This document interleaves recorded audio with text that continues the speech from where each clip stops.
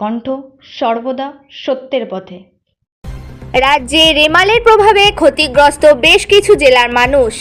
হিঙ্গলগঞ্জ বিধানসভার হাসনাবাদ ব্লকে পূর্বঘুনি প্রাথমিক বিদ্যালয়ে বন্যা দুর্গত মানুষদের তুলে এনে তাদেরকে আশ্রয়ের ব্যবস্থা করল হাসনাবাদ ব্লক প্রশাসন।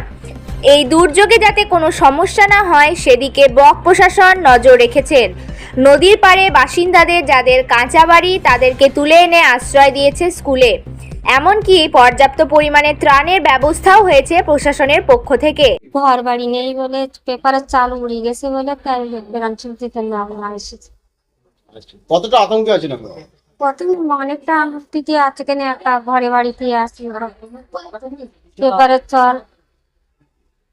খাবারের ব্যবস্থা করছে তো? হ্যাঁ, কি করছে? সকালে রাত্রি দিল মুড়ি চিড়ে, আর সকালে মুড়ি চিড়ে দিতে বাচ্চাদের দুধ।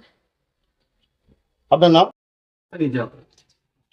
এই পর্যন্ত প্রায় 75টা পরিবার এখানে উঠে এসছে। 300 থেকে 400 মতো টোটাল পরিবারের সদস্য সংখ্যা, আর পরিবার হলো 75টার মতো। কি কি খাবারের ব্যবস্থা করেছে?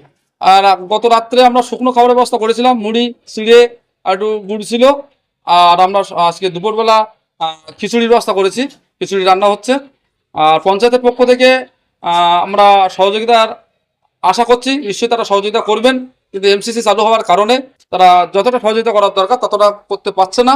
তবু আশ্বাস দিয়েছে যতটা পারেন ওনার ব্যবস্থা করবেন। ইতিপূর্বে হাসনাবাদ বিডিও অফিস থেকে আমাদের বিডিও ম্যাডাম এখানে এসেছিলেন, বিপিএমও এসে পরিদর্শন করে গেছেন। গতকাল রাত 7:30 থেকে ওনারা এসেছিলেন। আপনার নাম? আমার নাম কেনায়েত আলী।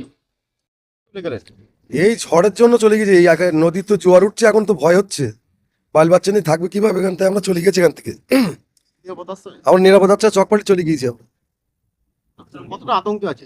বিশাল আতঙ্ক, আমরা বিশাল ভয়ে আছি। বাচ্চা কাচ্চা নিয়ে এখানে থাকা সম্ভব? এই যে ঝড় যা হচ্ছে আজকে, আবার যেভাবে হাওয়া হচ্ছে, আবার জোয়ার উঠছে। বাদের অবস্থা? বাঁধের অবস্থা তো খুবই ভালো না। এই কংক্রিট বাঁধ 2-1 জায়গা হয়েছে এখানে, আর সব বাকি তো খালি। আপনার নাম? আমার নাম কৃষ্ণপদ দাস। এই যে আতঙ্ক যা হচ্ছে আর হাওয়া যা হচ্ছে, আবার জোয়ার হচ্ছে, জোয়ার হলে কি করে থাকবো এখানে আমরা, এজন্যই চলে গিয়েছিলাম আশ্রয়। কোথায়?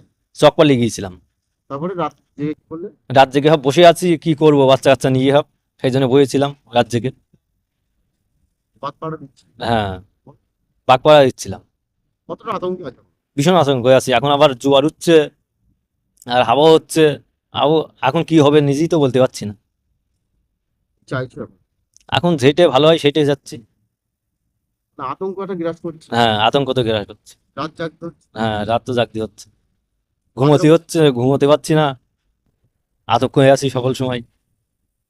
ব্যুরো রিপোর্ট, বীরভূমের কণ্ঠ।